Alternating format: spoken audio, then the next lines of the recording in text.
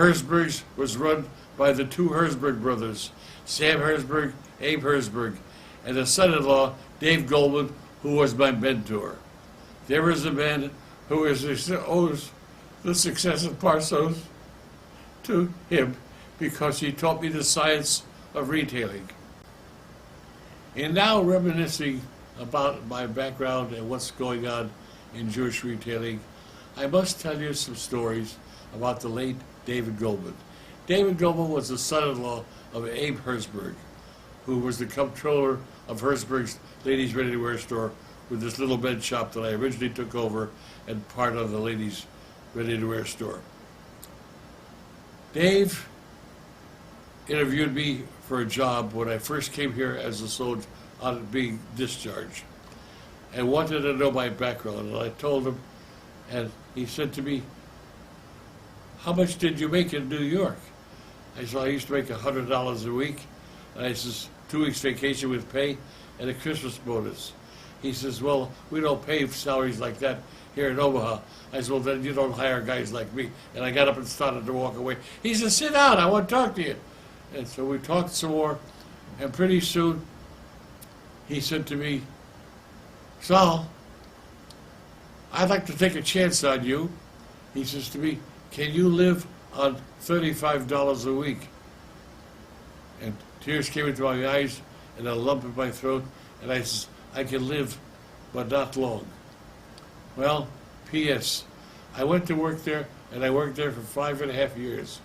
But the most thrilling thing about Dave Goldman was the fact that when I resigned my job there, I forfeited the pay bonus that I was supposed to get for Christmas. I opened up my little store in March of 1952, forfeiting my bonus for the year before at Herzberg's. And a phone rings, and it's Dave Goldman.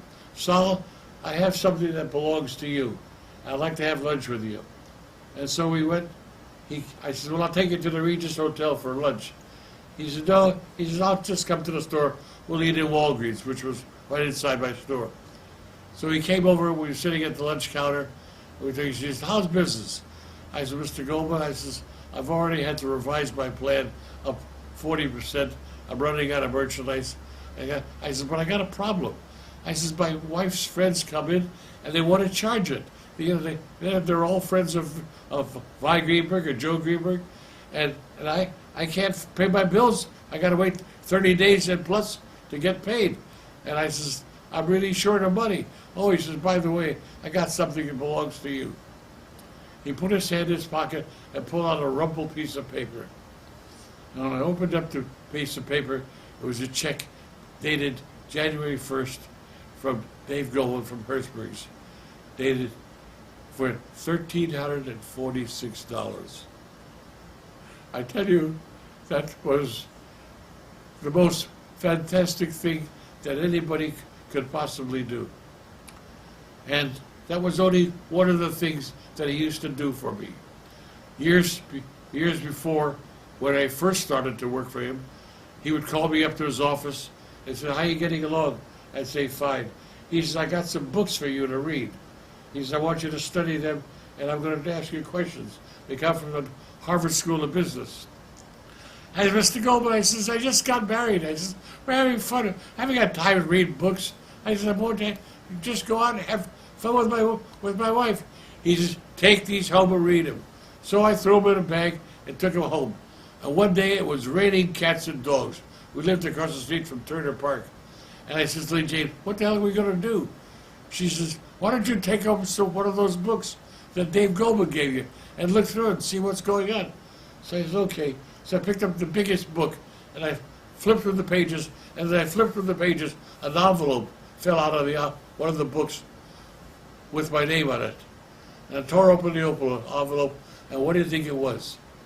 It was a brand new $100 bill with a note. "This will make reading a little easier." This is the kind of man that Omaha retailing had in those days. And I shall never forget him till the day I